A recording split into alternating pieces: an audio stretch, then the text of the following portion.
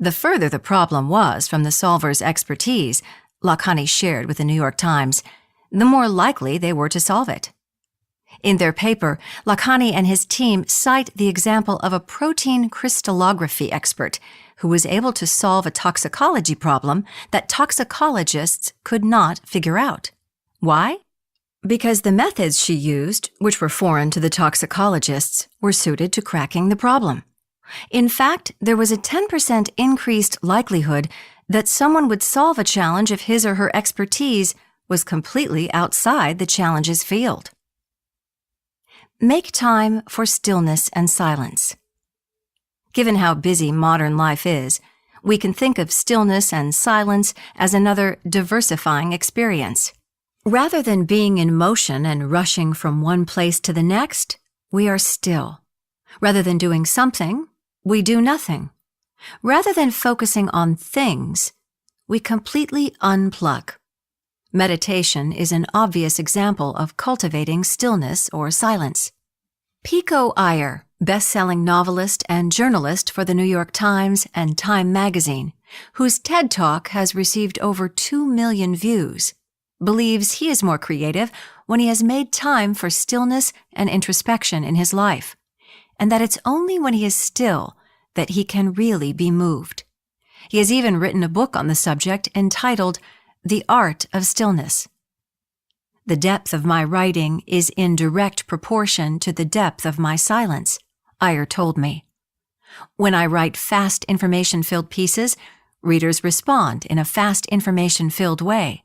They enjoy the ride and promptly forget everything.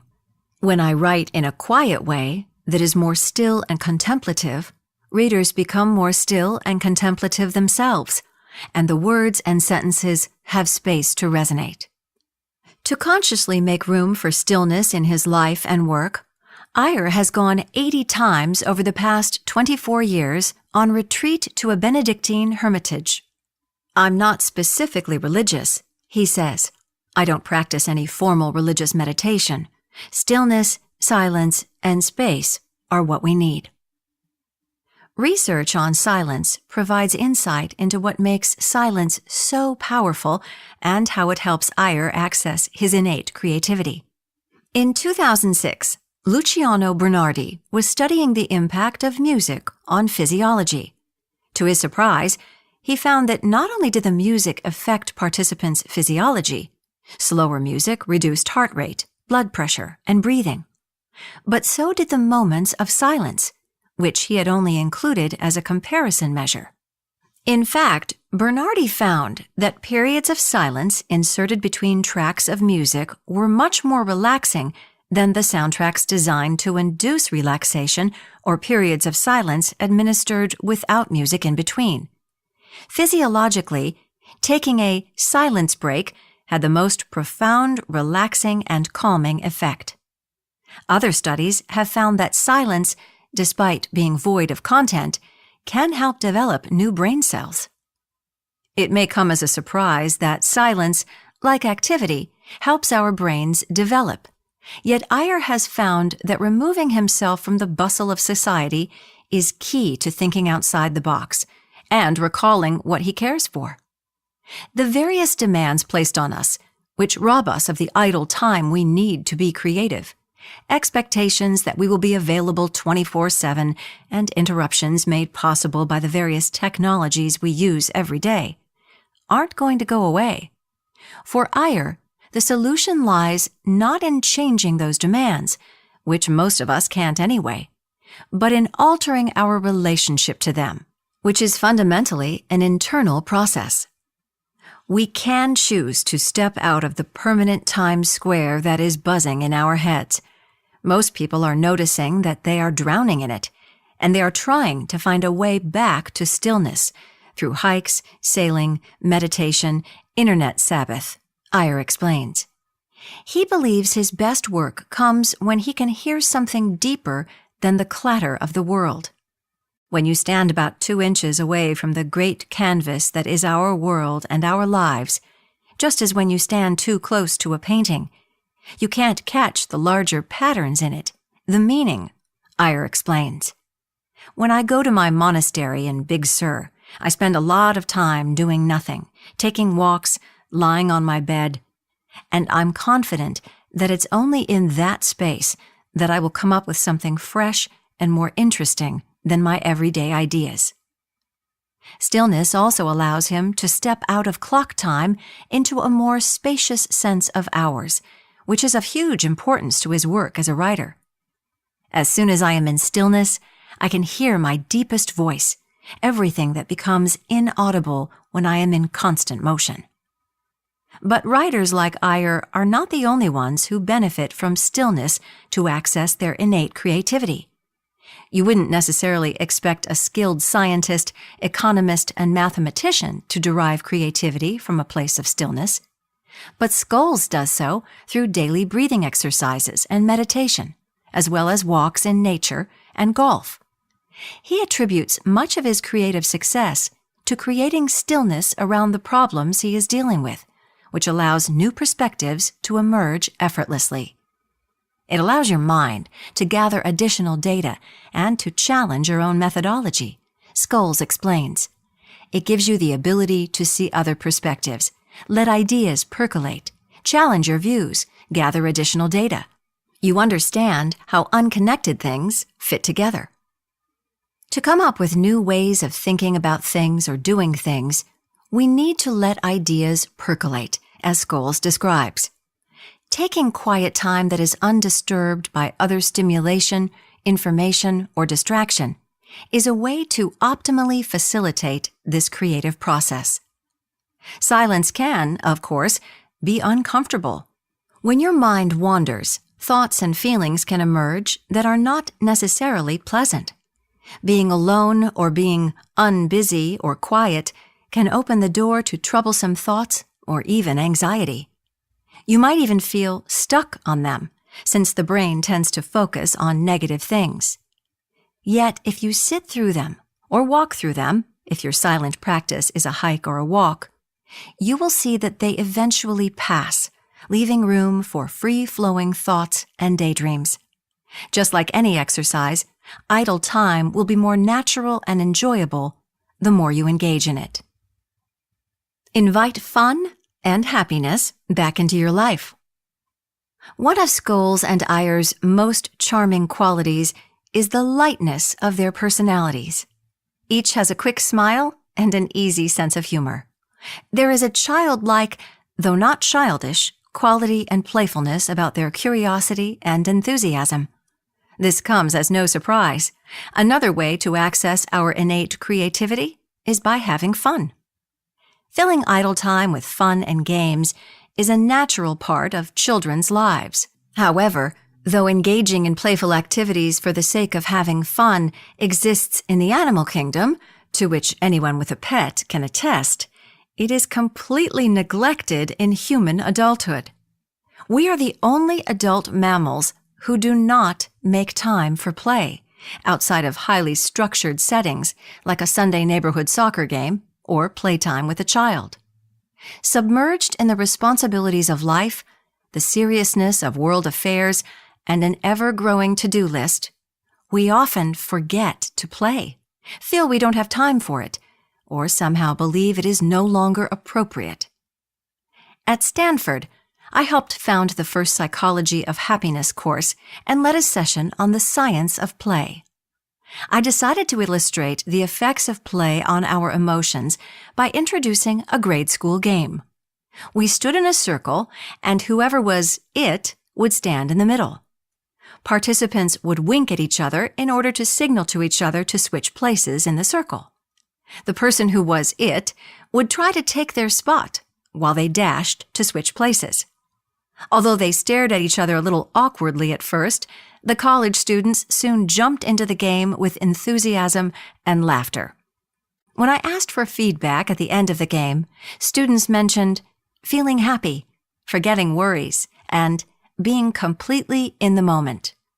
One student, giddy with joy from the game, said, "I thought we weren't supposed to play anymore." She was 17. At Stanford, many students have academic goals that make them feel like a hamster on a wheel, always on the go and hustling for success. As a consequence, Playful activities fall by the wayside. As adults, we cast these kinds of activities aside as a childish and frivolous waste of time.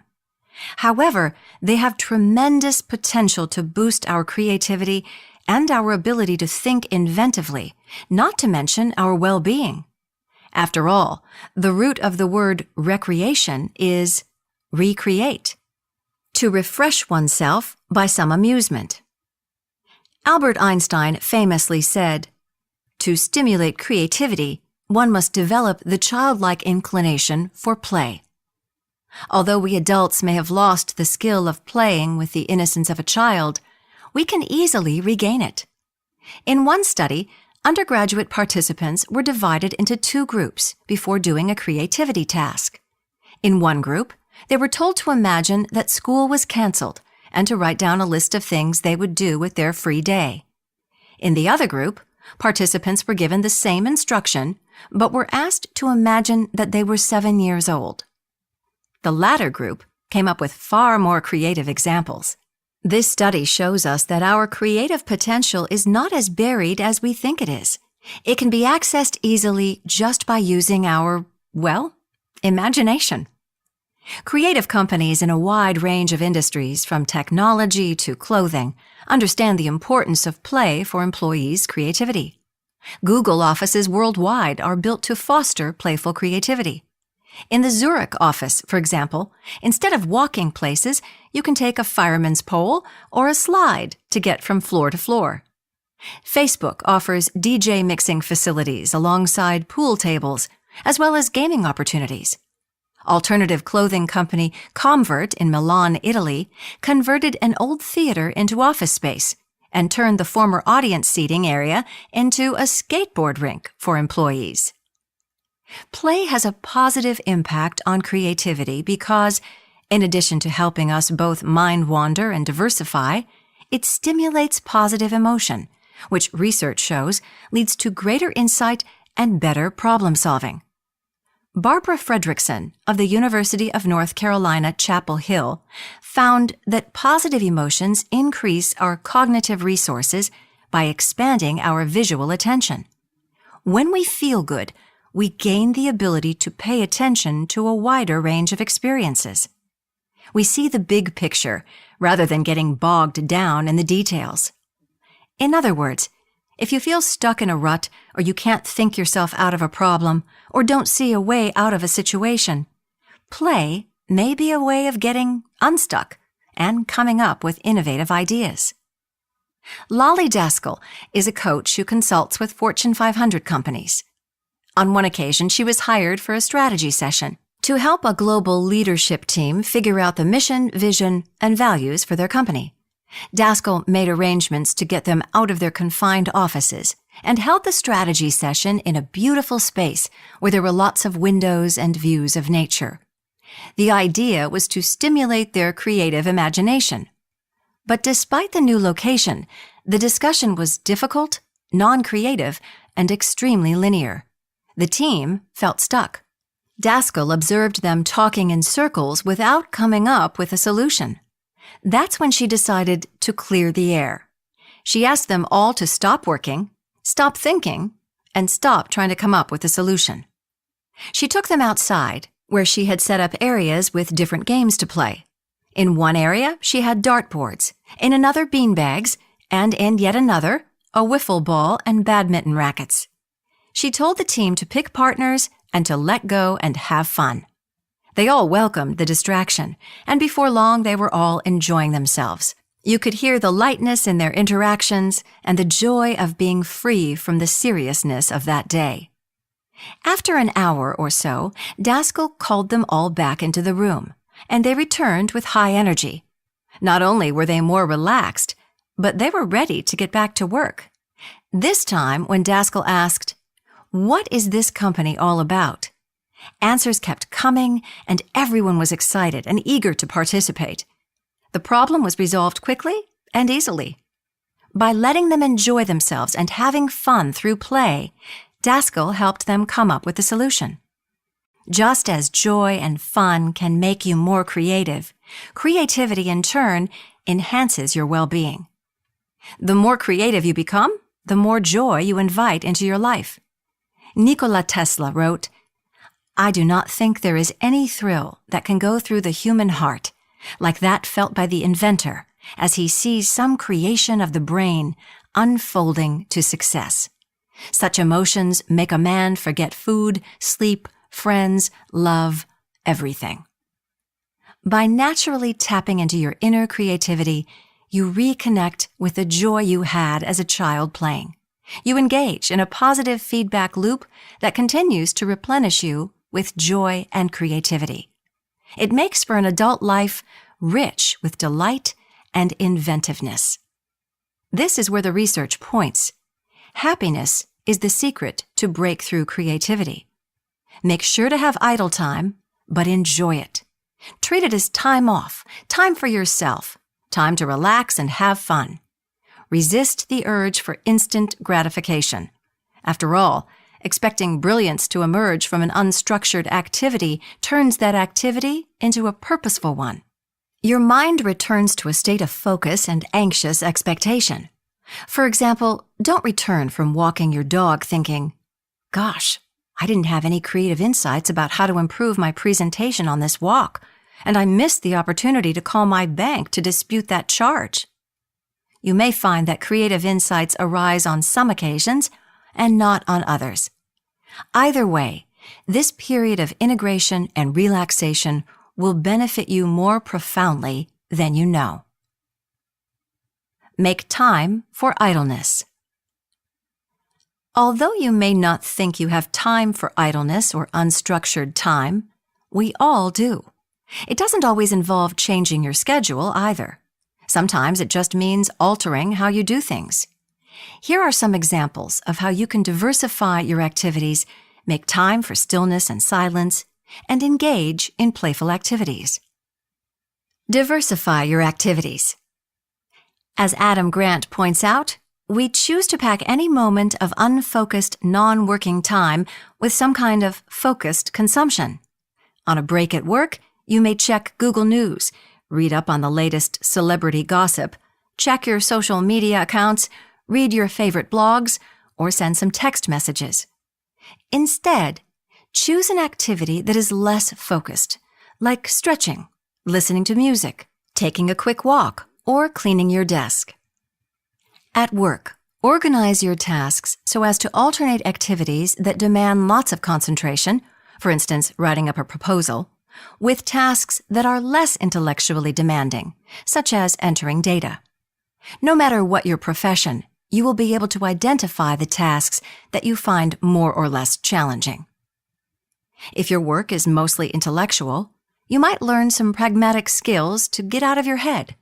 Learn to change your car's oil, to cook Thai cuisine, to play an instrument, or to give a massage.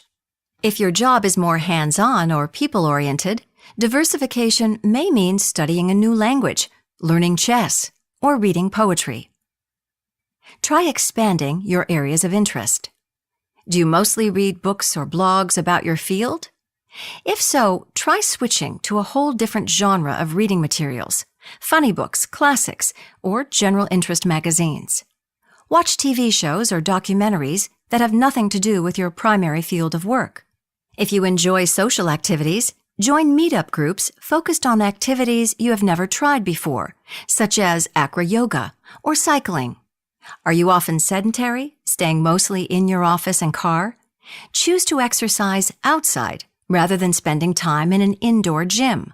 Swim, go for hikes, ski. Make time for silence. Sometimes we need a structured environment to unplug.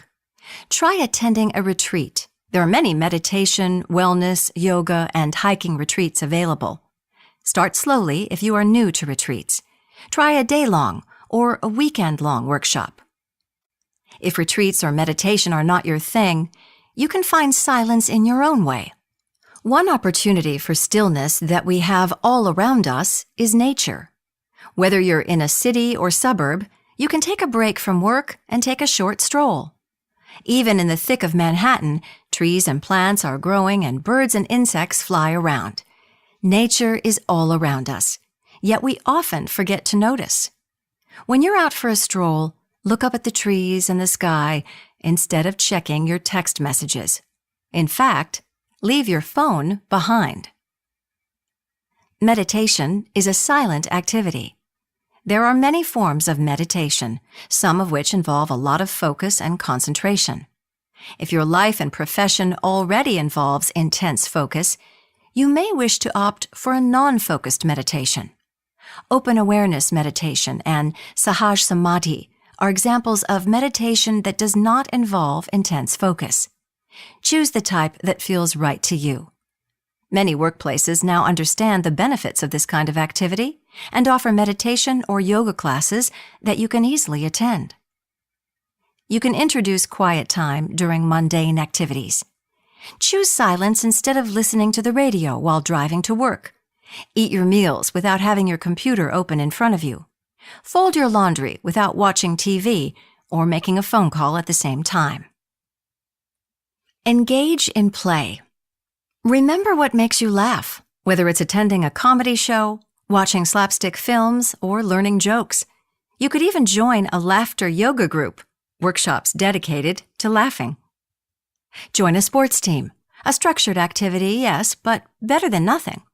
Or take a fun exercise class, like pole dancing, trampoline, or trapeze. Engage in games that are fun for you. It could be board or card games, crosswords, or darts. Perhaps you love putting together model airplanes or building with Legos. Consider buying a ping pong or pool table. And be careful not to turn that table into another place for competition and uber focus. Find a play partner. Animals and children are always ready to play and laugh. Find opportunities to play with your own children or pets or those of friends and family. Finding time to engage in these activities may seem impossible, given how busy we are. Realize that doing so may require compromise on your part. Perhaps you won't stay on top of everything on your to-do list. Perhaps you'll have to say no to those who demand access to you 24/7.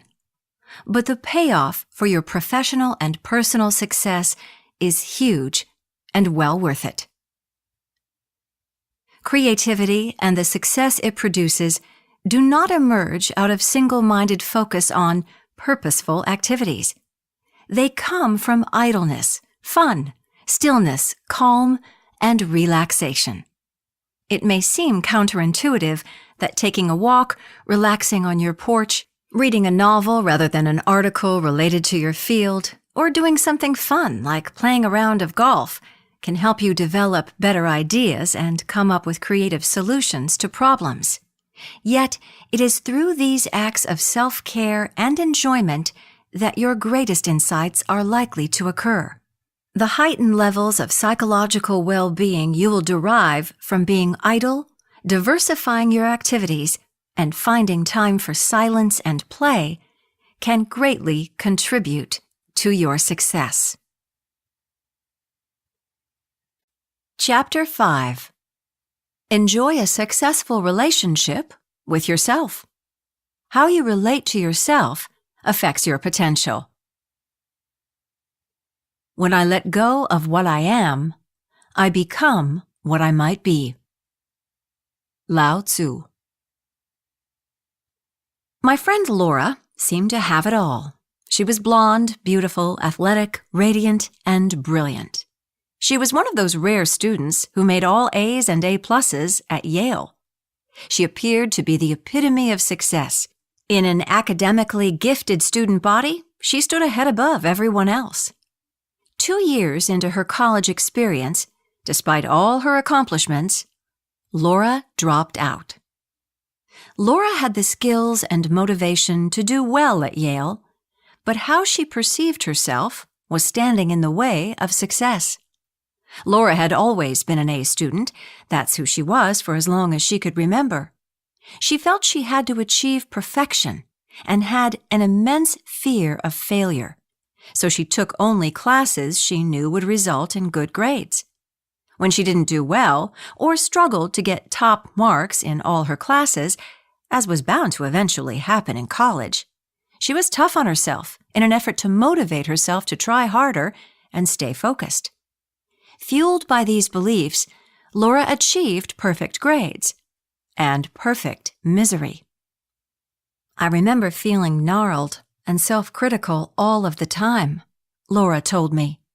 She ended up suffering from levels of depression and anxiety so high that she could no longer sustain a college career. What distinguishes those who thrive in the face of life's difficulties and professional challenges from those who become demoralized? Their relationship with themselves. In particular, their beliefs about themselves and the way they treat themselves. The truth is that most of us are not kind to ourselves in our quest for success. We've been taught that to be successful, we need to play to our strengths, so we had better find out the things that we are innately good at and stick to them, because we are unlikely to overcome our weaknesses. If I am bad at math, I probably shouldn't go into accounting or engineering. If I'm not a people person, I'd better stay out of sales. And when we do run up against our weaknesses, we feel that we have to be self-critical. Self-criticism will keep us honest about our shortcomings and ensure we stay motivated and on our toes. By always demanding better of ourselves, we'll do our best. Recent scientific research suggests that these ideas are myths. There is no doubt that knowing your strengths and weaknesses is a good idea. However, the way you approach them can set you up either for success or for failure. The way you view yourself, do you believe your strengths are limited? And the way you respond to failures, are you your worst critic, or can you treat yourself as you would a friend, have a tremendous impact on your personal and professional lives. Understanding that you can build new strengths rather than limiting yourself to the ones you perceive that you have, and being self-compassionate rather than self-critical, will help you to be resilient in the face of failure, to learn and grow from your mistakes, and to discover opportunities you otherwise would never have found. As a consequence, you will feel grateful, be far happier, and your chances for success will increase manifold. The perils of playing to your strengths. We generally assume that what distinguishes extraordinary people, such as star singers, best-selling authors, famous movie actors, or self-made billionaires from the rest of us, is their particular strengths. We think these people have a special gift. They may have a knack for business, or an artistic bent, or some other it factor. We believe their inherent strengths set them apart, and therefore make them successful. Conversely, if the rest of us don't reach their heights, it is because we lack such gifts. You've either got it, whatever it may be, or you don't, and there's not much that you can do about it. We think about our own strengths in similar ways. For example, you might think of yourself as a math person or not, a people person or not, a creative person or not. Ultimately, you believe your success is predestined by the natural abilities and gifts you are fortunate to have. You simply play the hand you're dealt.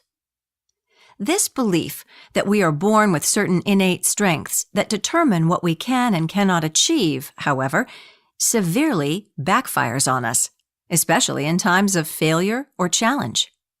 Carol Dweck, Stanford University developmental psychologist, has been conducting research for decades on the self-beliefs of children and adults. Early in her career, Dweck noticed that schoolchildren faced with failure to solve a difficult math problem could have two completely different reactions. Either they lose motivation and give up, and therefore don't learn anything new, or they keep going with increased enthusiasm and thereby gain new skills. What determines their reaction? If they believe in natural strengths, that is, if they subscribe to the false theory of success I described earlier, and they aren't able to solve the problem, they figure that they just don't have the skills for it and give up. Not only do they not learn whatever lesson the math problem was supposed to impart, but they also feel worse about their math abilities and themselves. Over decades of research across a wide array of failure scenarios, Dweck showed that the psychological phenomenon she had observed in children is pervasive and equally debilitating no matter what your age. When faced with a challenge or failure, a new skill set, a relationship, a job, you may simply assume that you don't have the talent for it. In the face of failure, you give up, and your emotional well-being takes a hit. Why is that? Believing in strengths leads to the following kind of logic. If I fail to successfully put together a financial model, it reveals that finance is not a strength of mine. I should probably not work in finance. Having pigeonholed yourself as not good at the particular task you failed at, you feel hopeless about your abilities in that area, preventing you from learning from your mistake and developing new skills. If you stop persevering in anything outside the areas you are good at, you simply cannot expand your sphere of knowledge or competence. This belief system can be particularly damaging professionally if, for example, you work in a field that is always changing and evolving, which many of us are doing. For example, if your industry is expanding to China or Japan, you may want to learn these languages. However, if you believe that languages are not one of your strengths, you won't even try. Your belief, of course, becomes a self-fulfilling prophecy. Chances are that your knowledge and skill set will forever remain limited to the areas of your life that you see as strengths. Of course, this is not to say you should not engage in work that comes easily to you or suits your natural inclinations. But research has persuasively shown that you shouldn't let yourself believe that you are limited to being good at the activities that come easily for you. You may have enormous potential waiting to be uncovered. Had R.H. Macy assumed he was not made for business after the first 5 stores he created failed, he would never have founded the wildly successful Macy's stores. Had Bill Gates assumed that computer startups were not for him after his first company, Trafodata, went under, he would never have founded Microsoft. Had Theodore Seuss Geisel, otherwise known as the celebrated children's writer Dr. Seuss, concluded that he was not a good author after his first manuscript was rejected over 20 times, he would never have revolutionized children's literature. Perhaps more importantly, when you believe in strengths alone and you aren't successful, not getting into your first choice university, not getting that job you wanted, not getting the promotion you thought you deserved, not being in a good relationship, you are devastated. You become hopeless because you assume you can't progress in those areas. Unsurprisingly, research shows that subscribing to the idea of strengths is linked to higher levels of depression, probably in part because it leads to excessive self-criticism. The dangers of harsh self-criticism. While it may seem obvious that harsh self-criticism can be destructive, we tend to engage in it quite frequently in the belief that it will do us good. I'm lazy. I give up too easily. I'm not smart enough. We're often our own worst critics. We also believe that self-criticism pushes us to perform better and to live up to higher standards. After all, if we don't keep ourselves in check, who will? Some people even pride themselves on how hardcore and persistent they are.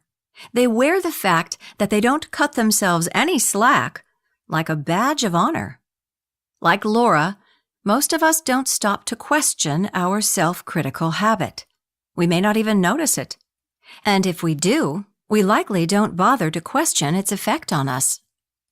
Research shows, however, that when you are excessively self-critical, you damage both your psychological well-being and your chances at success. Kristen Neff, Associate Professor of Human Development at the University of Texas, points out that self-criticism is an important predictor of anxiety and depression, and, rather than being a motivator, It can actually prevent you from trying again after failure for fear of failing once more.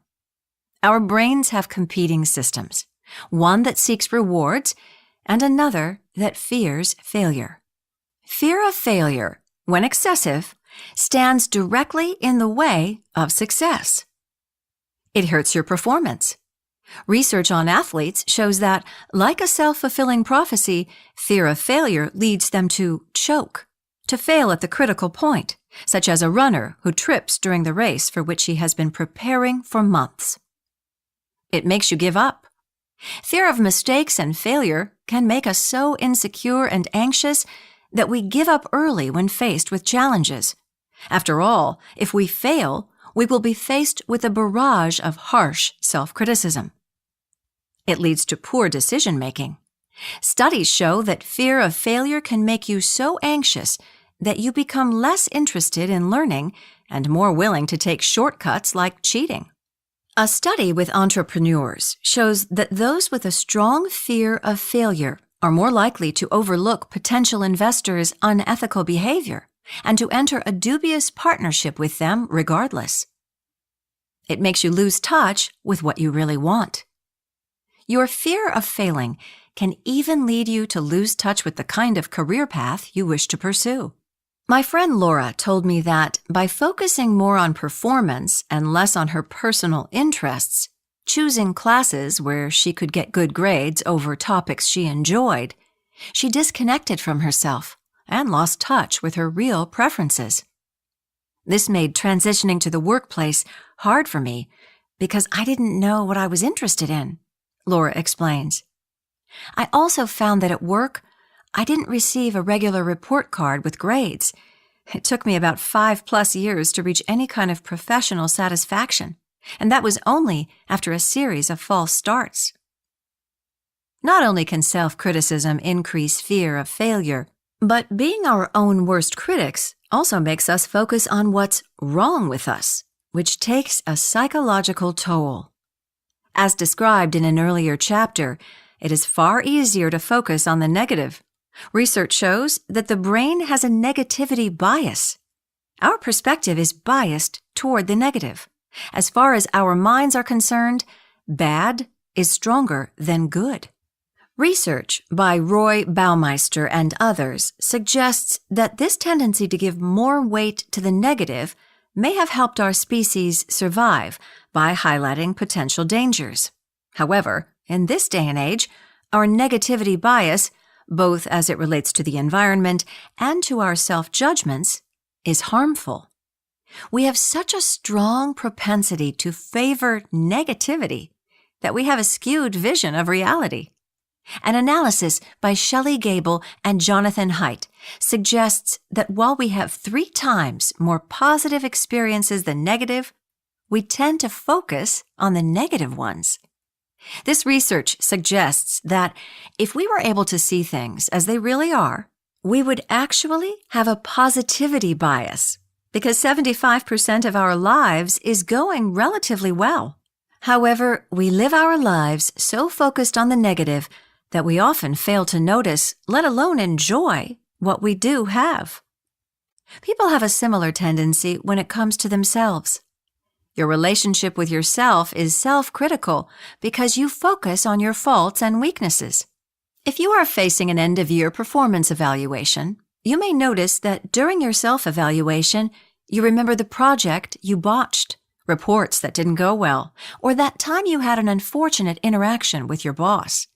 If, to your surprise, your manager praises you for a long list of things you did well this year, but mentions 1 or 2 that he wished you had done differently, you are still probably going to focus on the negative feedback. Another tendency that reinforces our negativity bias is taking our achievements for granted. If your goal has been to become a great researcher or writer or chef, you may have worked for years to get there. However, when you reach your goal, you'll find that you're still not satisfied. Why?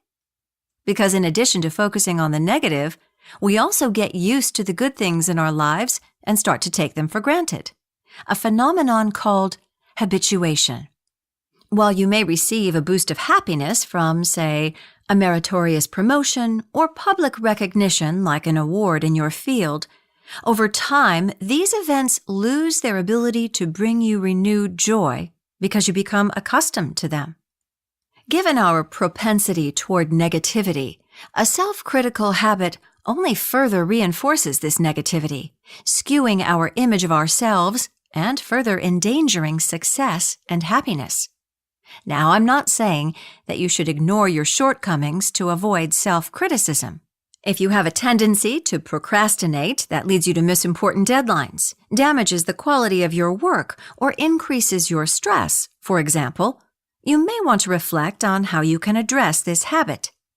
There is a difference between self-awareness, understanding your weaknesses, and harsh self-criticism, which only adds pressure to an already stressful situation, and in fact, prevents you from achieving your best. If believing that success depends on your strengths on the one hand and your tendency to self-criticize on the other ends up sabotaging your chances of success, then how can you change your self-beliefs to make them more productive? Research suggests you should replace your belief in strengths with effort and self-criticism with self-compassion.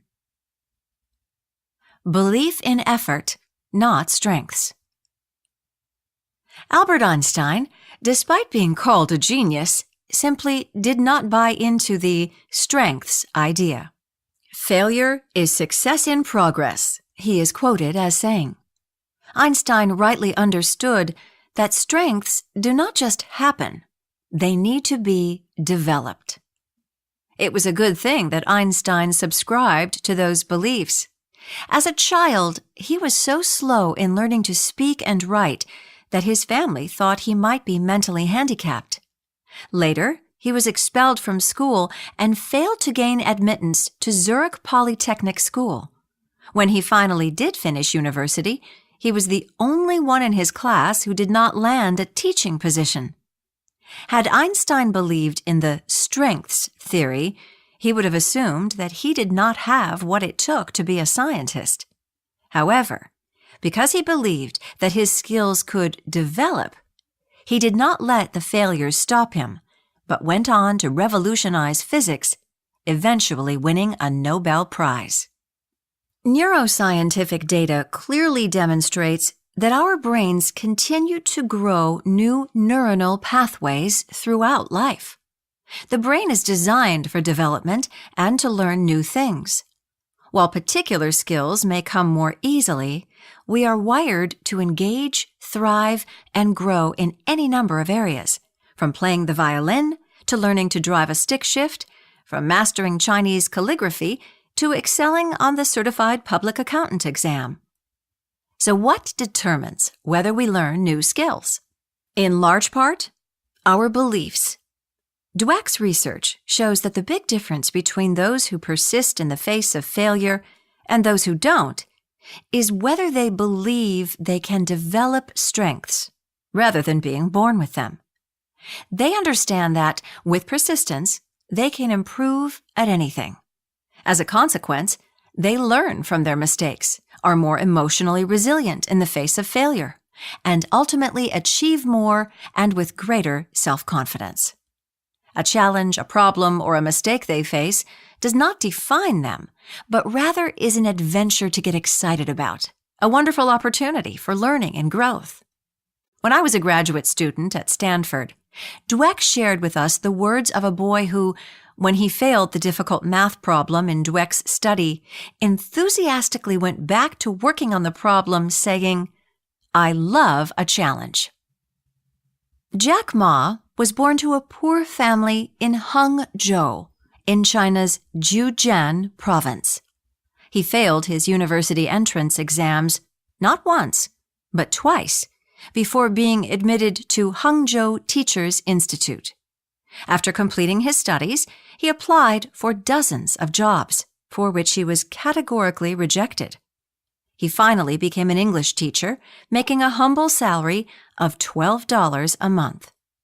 As part of a translation job, he traveled to the United States and discovered the Internet. Inspired, He founded 2 internet startups that failed. He persisted and founded Alibaba Shareholdings. Today, he is now the richest man in China, with an estimated worth of $25 billion. He is executive chairman of Alibaba and was recently nominated by Time as one of the most influential people of 2009. Had Ma held a strengths perspective, he would have stuck to what he knew best: teaching English. After all, Ma had never written a line of code or made even a single sale to a customer before deciding to launch a commercial internet venture. But Ma derived his enthusiasm from the belief that if he failed, he would have learned from the experience. No matter what one does, regardless of failure or success, the experience is a form of success in itself. You have got to keep trying, and if it doesn't work, you always can revert back to what you were doing before, Ma said. As Ma's story shows, your self-perspective has the power to determine your overall well-being, confidence, and success. It foretells whether you will bounce back and thrive in the face of inevitable failure. It also predicts whether you will take a challenge and embark on new opportunities, developing new skills along the way. In these new ventures, we will inevitably encounter new setbacks. When these start showing up, withholding self-criticism and engaging in a more positive relationship with ourselves further strengthens our chances at success. The power of self-compassion. Laura realized that she needed to change her attitude about herself and confront her overtly self-critical behavior despite the social pressure to tough it out. At the time, she told me, "I have to leave so I can learn to loosen the reins on myself." Many of us don't ever reach the wise realization she did so young. Instead, we aspire to have tighter reins and a stronger whip for ourselves, with the idea that we should expect more and more of ourselves. After leading a self-destructive life, Laura put a stop to the excessively self-critical demands she had placed on herself. She developed a gentler approach that involved more friendliness to herself, greater leniency toward her own shortcomings, and a broader and more mindful perspective. In sum, she became what researchers call self-compassionate. Rather than being driven solely by external motivations, focusing her attention and energy outwards on academic or athletic goals alone, she developed awareness of her own needs and was kind to herself when she faced setbacks. Soon her radiant smile reappeared. She continued to excel, but no longer at the price of her own well-being. Scientific evidence supports what Laura figured out intuitively. Self-compassion is one of the most fundamental determinants of resilience and success. Where excessive self-criticism can leave us weak and distraught, self-compassion is at the heart of empowerment. What exactly is self-compassion? Self-compassion involves treating yourself as you would treat a colleague or friend who has failed. Rather than berating and judging, thereby adding to your friend's despair, you listen with understanding. You encourage your friend to remember that mistakes are normal. Neff pioneered research on self-compassion and has outlined its 3 components. Being kind to yourself. Self-compassion involves treating oneself with understanding and patience, rather than using shaming, criticism, or harsh reprimands. It involves engaging in a positive and encouraging internal dialogue with yourself. Neff suggested the following kinds of phrases. It's okay that you failed. It doesn't mean you're a bad person or bad at what you do. I believe in you and support you, and I know you can do it. I'd like you to try to make a change so you can be happier. Understanding that you are part of humanity, that everyone makes mistakes. To err is human, wrote Alexander Pope. Knowing that everyone confronts failure sooner or later helps you be less critical and upset when it's your turn. You reframe failure as a normal occurrence and therefore are less shaken by it. You remind yourself that this can happen to anyone and that everyone fails sometimes and that failure is the best learning experience. You come to realize that there are areas of your professional or personal life in which you still need to grow or develop greater skills, and you set about your day with renewed resolve to address those weaknesses. Mindfulness. Mindfulness is being aware of and validating your thoughts and feelings, yet observing them with perspective and distance, and without over-identifying with them. Instead of succumbing to a torrent of emotion, including anger at yourself, just observe the thoughts and feelings that come up as you would observe a storm from your window. Mindfulness does not mean suppressing or denying these feelings, but rather being present with them as they are. Neff suggested the following examples of a mindful approach to thoughts and feelings. This is really hard right now. I'm sorry you are struggling. And this moment will pass. As the science director of Stanford's Center for Compassion and Altruism Research and Education, I know all too well that a word which includes compassion can, at first impression, sound soft or idealistic. But self-compassion is anything but soft. It's smart. It allows you to be successful without sabotaging yourself. Self-compassion does not mean, for example, letting yourself off the hook when you fail or make mistakes. It simply means that you approach these setbacks in a more constructive way, learning from them instead of beating yourself up because of them. Self-compassion also does not mean that you don't recognize your weaknesses. In one study, Neff found that when faced with a threatening situation, a job interview in which they were asked to describe their biggest weakness, people with higher self-compassion used as many negative descriptions of themselves as did people with low self-compassion. However, self-compassionate people experienced far less anxiety as a result of the task.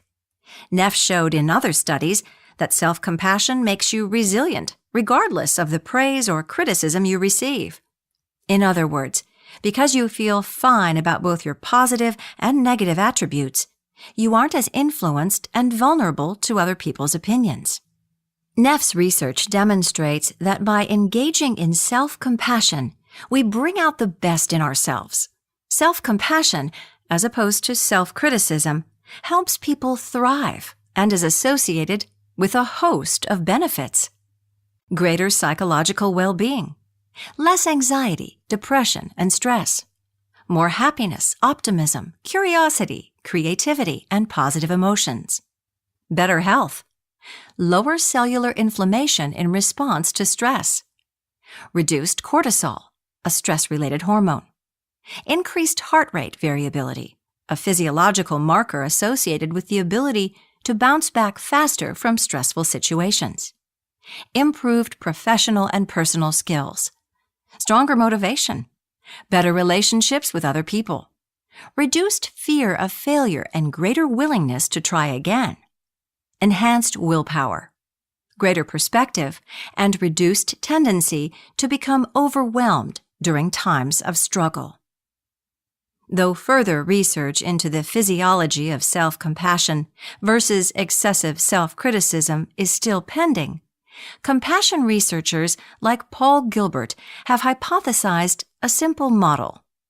Harsh self-criticism activates the sympathetic, fight or flight, nervous system and elevates stress hormones like cortisol. When this sting has a hold on us, we cannot learn from or engage with the kernel of truth that may be there to serve us. Self-compassion, on the other hand, triggers the mammalian caregiving system and hormones of affiliation and love, such as oxytocin. Also known as the cuddle hormone, oxytocin is released during hugging, sex, and in lactating mothers.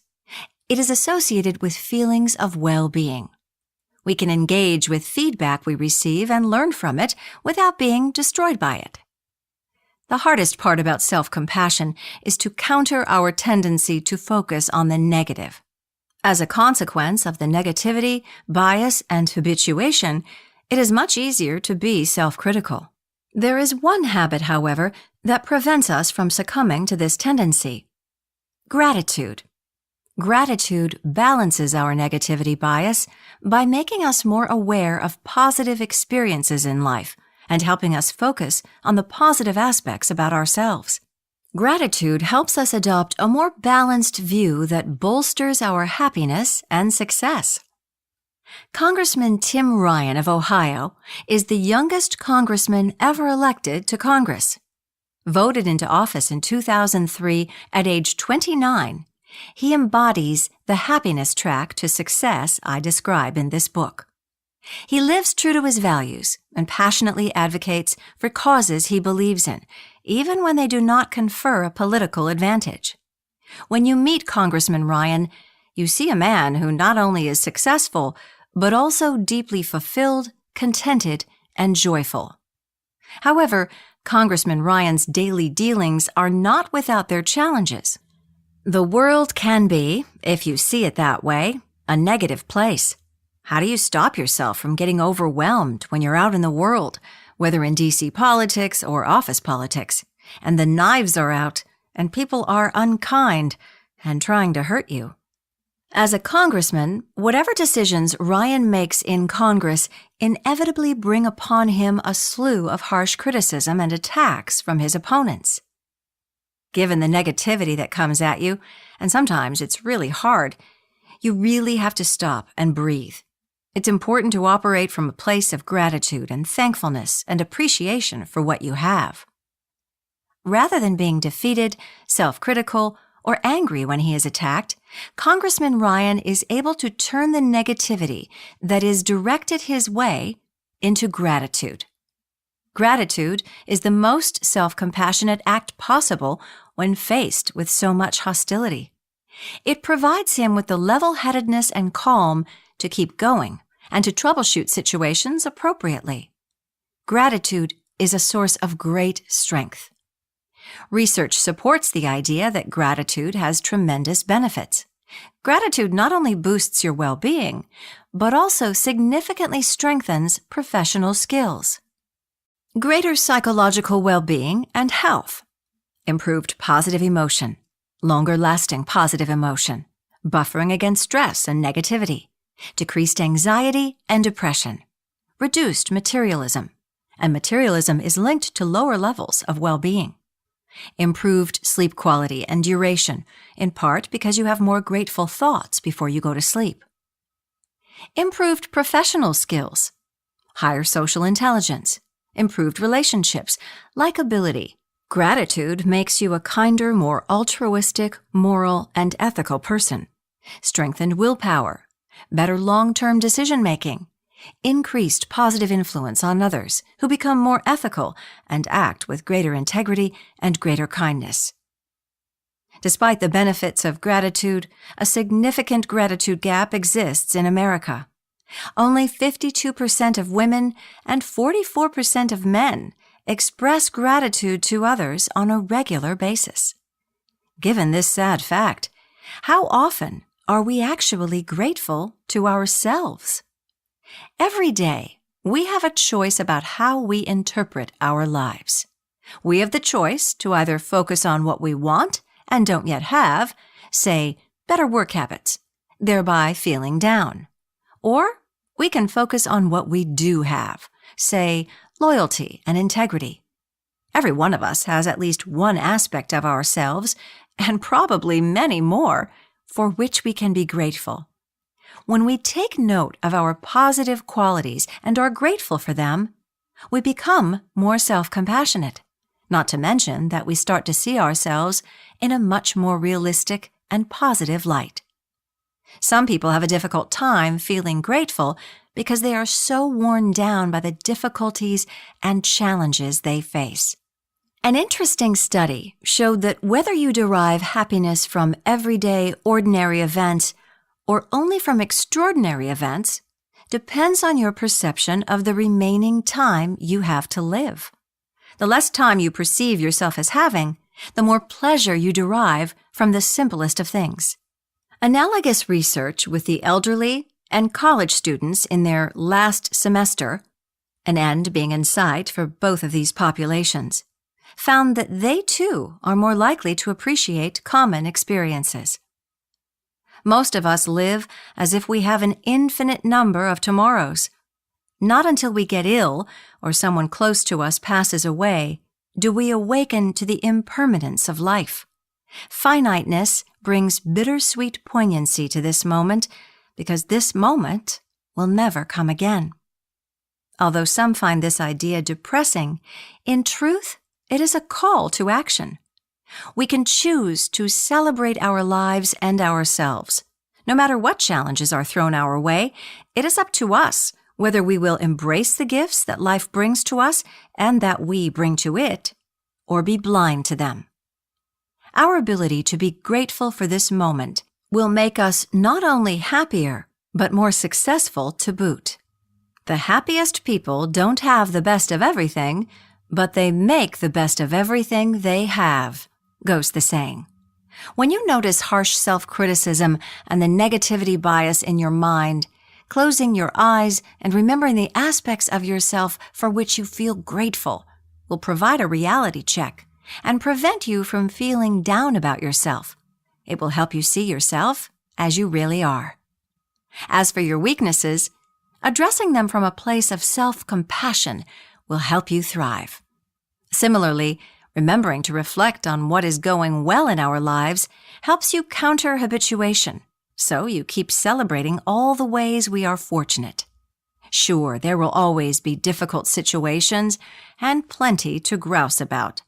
However, you can either let these situations control your mind and take a real toll on your well-being and professional aspirations, or you can take charge. The situations may not change, but you can.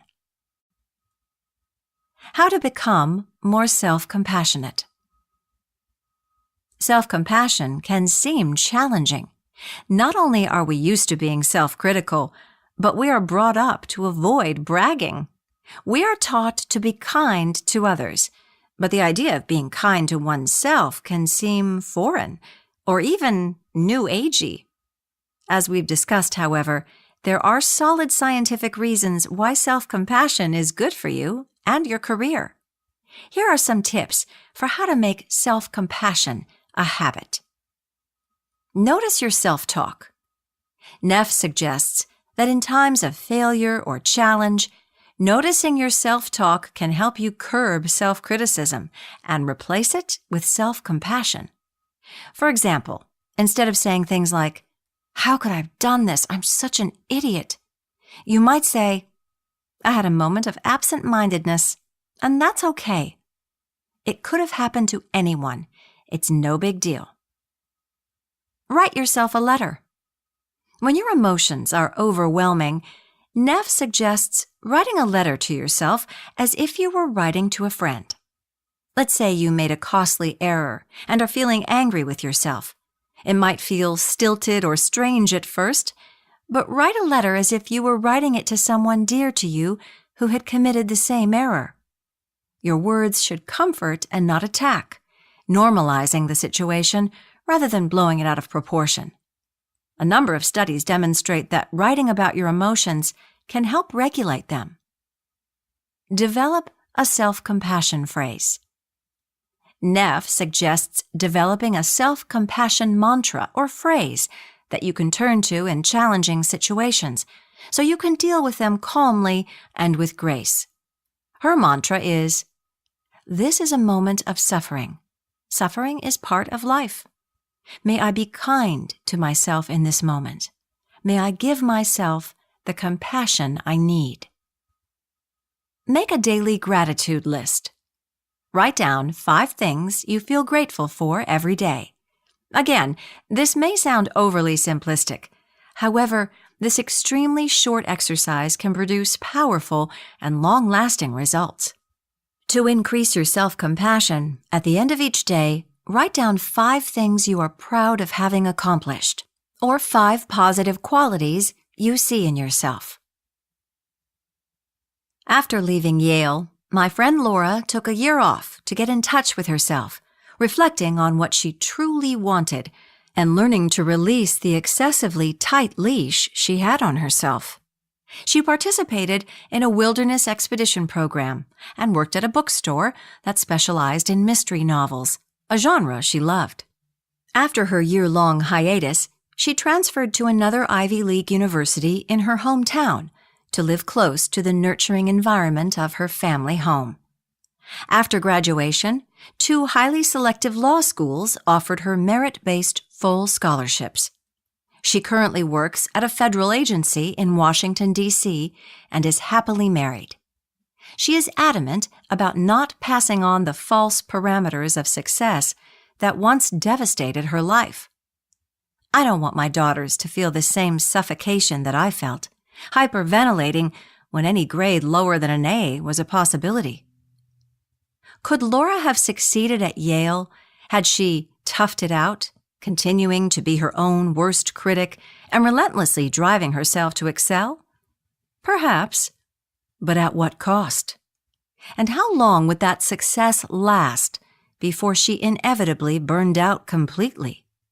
By fundamentally changing her relationship with herself, both how she perceived her strengths and weaknesses and how she treated herself, Laura was able to find well-being and a sustainable path to success. That's the power of self-compassion and of believing that talents and strengths can be developed.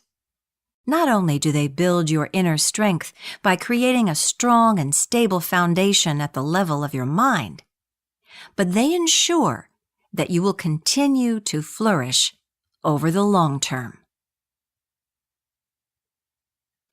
Chapter 6. Understand the kindness edge. Why compassion serves you better than self-interest. Goodness is the only investment that never fails. Henry David Thoreau.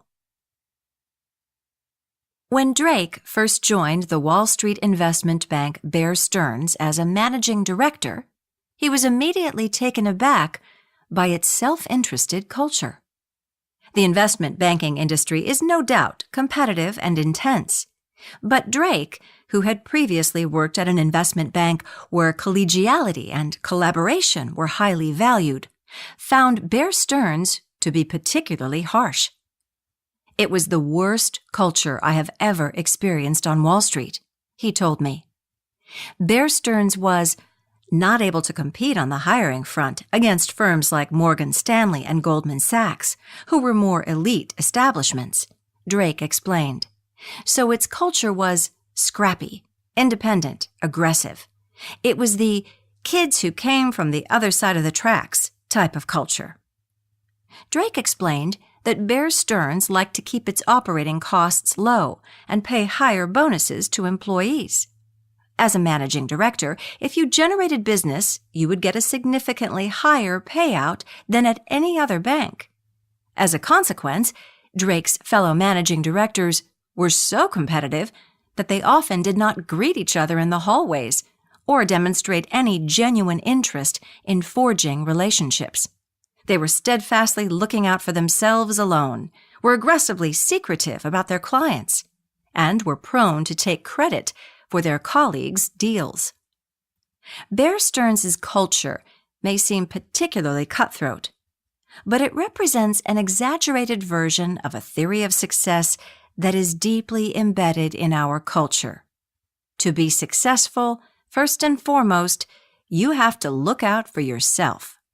We are taught that it's a dog-eat-dog, sink or swim, everyone for himself world. So you need to focus on number 1 so you are not outrun by the competition.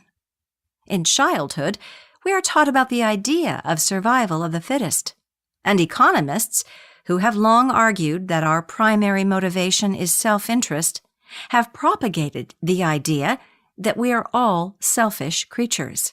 Resources are limited, they tell us, so you have to fight off the competition and look out for your own interests. Can you outperform your classmates to get into a better college? Once you start work, are you going to get promoted, or will your colleague get the position instead? In business, can you outdo the competition? It seems obvious that you've got to stay focused on me, myself, and I. It's a zero-sum game. There's one winner and one loser, so you'd better win. Scientific research, however, shows that being selfish and self-focused can actually prevent you from being as successful as you could be. Those who make compassion, not self-interest, a priority in their dealings with others are more likely to be happy and successful, as well as helping others succeed. The notion of survival of the fittest, often misattributed to Charles Darwin, was in fact coined by a political theorist, Herbert Spencer, who wanted to justify social and economic hierarchies. Darwin, by contrast, argued that communities, which included the greatest number of the most sympathetic members, would flourish best and rear the greatest number of offspring. Compassion and kindness are the actual cause of our survival over the centuries. We need to help others survive and thrive, both in nature and in our lives. Why self-focus backfires. In 2008, after the subprime mortgage market collapsed, Bear Stearns went down with it. Drake told me that while other factors played a role in Bear Stearns' demise, its greedy and self-interested reputation did not help. Bear Stearns' CEO at the time, James "Jimmy" Kane, who personified a spirit of self-interest and aggression, was part of the problem. Jimmy was arrogant and didn't have many friends on Wall Street, Drake explained. When Long-Term Capital Management LP, a hedge fund management firm, failed in 1998, Jimmy and Bear Stearns told the Federal Reserve and other heads of Wall Street that they were not going to participate in the bailout. So guess what? When Bear needed a bailout, no one was willing to help. In fact, everyone sat there waiting to scoop up a highly profitable franchise as soon as the Federal Reserve rid it of the toxic subprime mortgage mess. In March 2008, the Federal Reserve Bank ended up providing an emergency loan to prevent the collapse of the bank under the condition that it would sell to J.P. Morgan over the weekend. Bear Stearns' shares, once priced at $171.50, were sold to J.P. Morgan Chase for $10 each. As exemplified by the story of Bear Stearns, a self-interested approach may get results in the short term, but over the long term, it ends up failing you.